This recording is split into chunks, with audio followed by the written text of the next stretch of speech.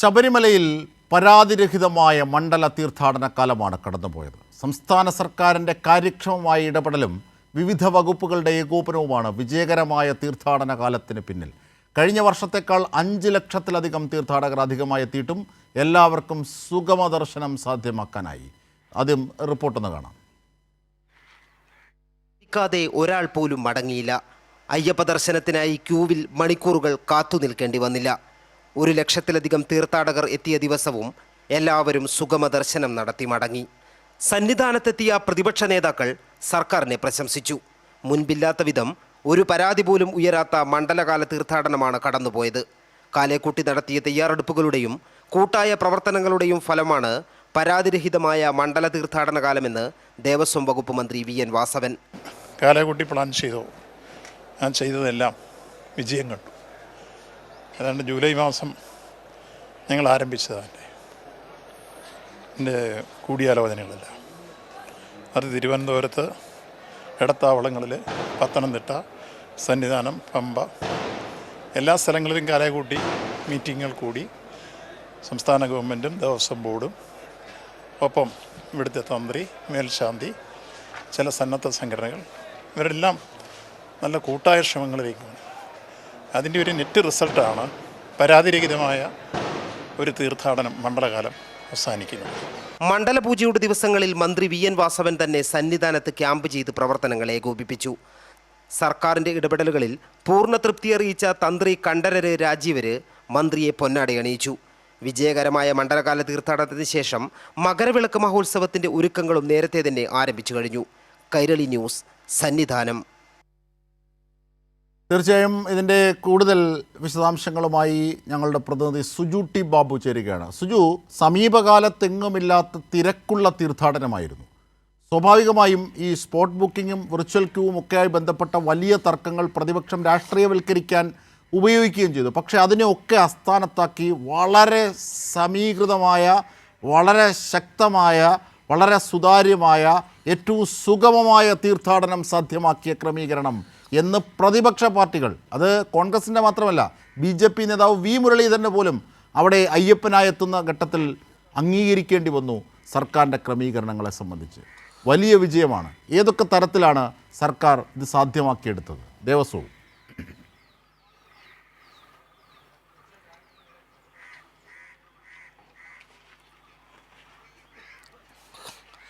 തീർച്ചയായിട്ടും ജയിംഷാദ, V മുരളീധരനും K മുരളീധരനും പ്രതിപക്ഷ നേതാവ് VD സതീശനും അതുപോലെ തന്നെ മറ്റ് പ്രതിപക്ഷ നേതാക്കളെല്ലാം എത്തിയപ്പോൾ സർക്കാരിൻ്റെ ഈ പ്രവർത്തനത്തെ അഭിനന്ദിക്കുന്ന ഒരു കാഴ്ചയായിരുന്നു. ആർക്കും തന്നെ ഒരു പരാതി പറയാൻ പറ്റുന്ന ഒരു സാഹചര്യം ഉണ്ടായിരുന്നില്ല.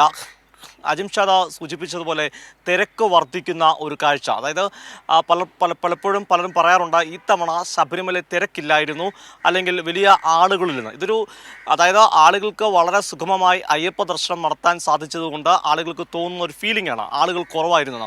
എന്നാൽ കണക്കുകൾ കൃത്യമായി സൂചിപ്പിക്കുന്നു, മുൻ വർഷത്തേക്കാൾ തന്നെ വലിയ തോതിൽ കഴിഞ്ഞ 41 ദിവസം ശബരിമലയിലേക്ക് തീർത്ഥാടകർ ഒഴുകിയെത്തിയത്. അതായത് 41 ദിവസമാണ് മണ്ഡലകാലത്ത് നട തുറക്കുന്നത്. അതിൽ 39 ദിവസത്തെ കണക്കുകൾ പുറത്തു വന്നപ്പോൾ തന്നെ ഏതാണ്ട് 5 ലക്ഷത്തോളം തീർത്ഥാടകരാണ് മുൻ വർഷത്തെക്കാളും ശബരിമലയിൽ ഇത്തവണ എത്തിയിരിക്കുന്നത്. അതായത് തീർത്ഥാടകരുടെ എണ്ണത്തിലും വരുമാനത്തിലും വലിയ വർധനവുണ്ടാകുന്നു.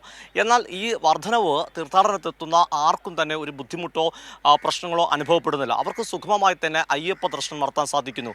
അതിൽ ഏറ്റവും ശ്രദ്ധേയം 1 ലക്ഷം പേർ തീർത്ഥാടകർ തന്നെ മല ചവിട്ടിയ ദിവസങ്ങളുണ്ടായിരുന്നു. അതായത് മുൻ വർഷങ്ങളിൽ പലപ്പോഴും തിക്കും തിരക്കും ഒക്കെ അനുഭവപ്പെടുന്നത് തീർത്ഥാടകരുടെ എണ്ണം 90,000 കൂടുതൽ എത്തുമ്പോഴാണ്. അതുകൊണ്ട് തന്നെ ചില കോണുകളിൽ നിന്നെങ്കിലും തീർത്ഥാടകരുടെ എണ്ണം വലിയ തോതിൽ പ്രതിദിനമില്ലല്ലോ എന്ന് ഉയർത്തിയിരുന്നു. എന്നാൽ അതിനെയൊക്കെ അപ്രസക്തമാക്കുന്ന രീതിയിൽ 90,000-ന് മുകളിലും 1 ലക്ഷത്തിലധികം തീർത്ഥാടകർ വരുമ്പോഴും തീർത്ഥാടനത്തിന് സുജു ടി ബാബു പറഞ്ഞതുപോലെ ഇന്ന് കൈരളി ന്യൂസിനോട് ശ്രീ VN വാസവൻ അത് വിശദീകരിച്ചത്, ഈ റിപ്പോർട്ടിന് പുറമെ ഇന്ന് നമ്മളോട് വിശദീകരിച്ച ചില കാര്യങ്ങളുണ്ട്. അതായത് ശബരിമലയിൽ പരാതിരഹിതമായി ഇത്തരത്തിൽ മണ്ഡലകാലം തീർത്ഥാടനം പൂർത്തിയാക്കാനായത് വലിയ വിജയമാണ്.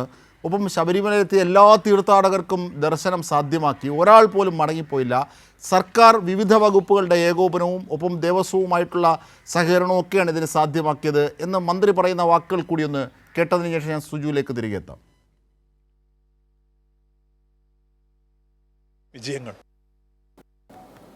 ഈ തീർത്ഥാടന കാലഘട്ടത്തിൽ 41 ദിവസം പരാതിരഹിതമായി വന്ന മുഴുവൻ തീർത്ഥാടകർക്കും ദർശനം ഉറപ്പാക്കി സമൃദ്ധിയോടുകൂടി മടങ്ങാനുള്ള സാഹചര്യം സംജാതമാക്കി എന്നുള്ളതാണ് ഈ തീർത്ഥാടന കാലഘട്ടത്തിൻ്റെ വിജയം. മുൻ വർഷത്തേക്കാൾ 5 ലക്ഷത്തിലധികം ഭക്തജനങ്ങളാണ് ഈ പ്രാവശ്യം 41 ദിവസം കൊണ്ട് ദർശനം നടത്തി പോയിട്ടുള്ളത്. ഒരാൾക്ക് പോലും ദർശനം ലഭിക്കാതെ വന്നില്ല എന്നുള്ളതാണ് അതിലേറ്റവും വലിയ സവിശേഷത. മുമ്പ് ശബരിമല 18-ാം പടിയിൽ കയറി 1 മിനിറ്റിൽ 65 പേരായിരുന്നു ദർശനം നടത്തിയിരുന്നെങ്കിൽ ഈ പ്രാവശ്യം 1 മിനിറ്റിൽ 85 മുതൽ 90 പേർ വരെ ദർശനം നടത്തുന്ന സാഹചര്യം ഒരുക്കിയെടുത്തു എന്നുള്ളതാണ് ഈ വർഷത്തെ ശ്രദ്ധേയമായ മറ്റൊരു കാര്യം. കാരണം എല്ലാ നിലയിലും ശബരിമലയിലെ തീർത്ഥാടനം അതെല്ലാ ഡിപ്പാർട്ട്മെൻറ്റുകളും ഗവൺമെൻറ്റിൻ്റെ എല്ലാ ഡിപ്പാർട്ട്മെൻറ്റുകളുടെയും ഒരു ഏകോപനം ഉണ്ടായിരുന്നു.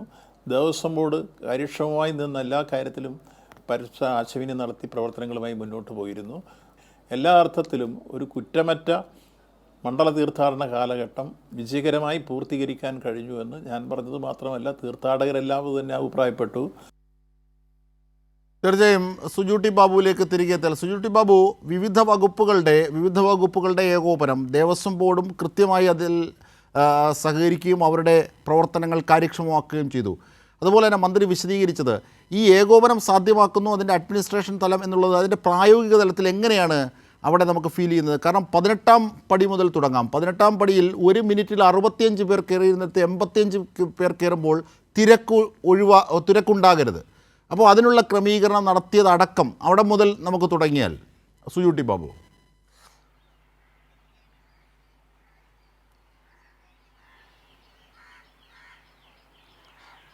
അജിംഷാദ്, ശരിക്കും 18-ാം പടിയല്ല, നമുക്ക് ഇടത്താവളങ്ങൾ മുതൽ തുടങ്ങിയാൽ ഇപ്പോൾ ഏറ്റുമാനൂരായിക്കോട്ടെ, എരുമേലി, പത്തനംതിട്ടയിലെ ഇടത്താവളങ്ങൾ, പന്തളം ഇടത്താവളങ്ങൾ, അല്ലെങ്കിൽ റെയിൽവേ സ്റ്റേഷൻ, ചെങ്ങന്നൂർ, കോട്ടയം എന്നിവിടങ്ങളിൽ എത്തുമ്പോൾ മുതൽ തീർത്ഥാടകർക്ക് ലഭിക്കുന്ന ഒരു വലിയ അനുഭൂതിയുണ്ട്. അതായത് ഈ തവണ തങ്ങൾക്ക് വളരെ പോസിറ്റീവായ ഫീലിംഗ് ഇവർക്ക് ഇടത്താവളങ്ങൾ മുതൽ, അല്ലെങ്കിൽ തീർത്ഥാടനം എവിടുന്നാണോ ആരംഭിക്കുന്നത് അവിടെ മുതൽ ലഭിക്കുന്നു. ഈ നിലയ്ക്കലേക്ക് എത്തുമ്പോൾ വിശാലമായ പാർക്കിങ്ങിൽ ഈ തവണ വിപുലപ്പെടുത്തിയിരുന്നു. വാഹനങ്ങൾ കൂടുതൽ പാർക്ക് ചെയ്യാൻ സൗകര്യം. അവിടെ എത്തുമ്പോൾ 2000 പേർക്ക് വിരിവെക്കാൻ പറ്റുന്ന ജർമ്മൻ പന്തലുണ്ട് നിലയ്ക്കൽ. അവിടുന്ന് പമ്പയിലേക്ക് എത്തുമ്പോൾ അത് ദീർഘദൂര ബസ്സുകളെ പമ്പയിലേക്ക് കടത്തിവിടാൻ അനുമതി നൽകിയിരുന്നു. ചെറുവാഹനങ്ങൾക്ക് പമ്പയിൽ പാർക്ക് ചെയ്യാനും ഈ തവണ അനുമതിയുണ്ട്. അങ്ങനെ പമ്പയിലേക്ക് എത്തുമ്പോഴും അവിടെ 3000 പേർക്ക് വിരിവെക്കാനുള്ള ജർമ്മൻ പന്തലുണ്ട്. മുമ്പ് ഉണ്ടായിരുന്ന കെട്ടിടം 2018 പ്രളയത്തിൽ പോയതാണ്. അതിനുശേഷം ഇത്തവണയാണ് 3000 പേർക്ക് വിരിവെക്കാൻ സൗകര്യമുള്ള ജർമ്മൻ പന്തൽ. അവിടെ തന്നെ മറ്റു പ്രധാനപ്പെട്ട കാര്യം, ആദ്യഘട്ടത്തിൽ തീർത്ഥാടനത്തിന് മുമ്പ് സ്പോട്ട് ബുക്കിംഗ് ഒഴിവാക്കുന്നു എന്നൊരു വാർത്ത വന്നപ്പോൾ തീർത്ഥാടകരെ തിരികെ വിടുമെന്ന ചില കോണുകളിൽ നിന്ന് ചില ആക്ഷേപങ്ങൾ ഉയർന്നു. എന്നാൽ നിലയ്ക്കിൽ നിന്ന് പമ്പയിലെത്തുമ്പോൾ സ്പോട്ട് ബുക്കിങ്ങിന് സൗകര്യമുണ്ട്. അവിടെ ഇത്തവണ ചില ദിവസങ്ങളിൽ 30,000-ത്തിലധികം തീർത്ഥാടകർക്ക് സ്പോട്ട് ബുക്കിംഗ് നടത്തി അയ്യപ്പ ദർശനം നടത്താൻ അവസരമുണ്ടായിരുന്നു. ഹൈക്കോടതിയുടെയൊക്കെ നിയന്ത്രണം 10,000 പേരാണ് സ്പോട്ട് ബുക്കിംഗ് നടത്താൻ പറ്റുകയുള്ളൂ. എന്നാൽ സർക്കാർ ഇരുമുടിക്കെട്ടുമായി അല്ലെങ്കിൽ അയ്യപ്പ ദർശനം നടത്താൻ വേണ്ടി എത്തിയ ആരെയും ശരി സുജൂട്ടി ബാബുവാണ് അതിൻ്റെ സമഗ്രമായി വിശദീകരിച്ചത്.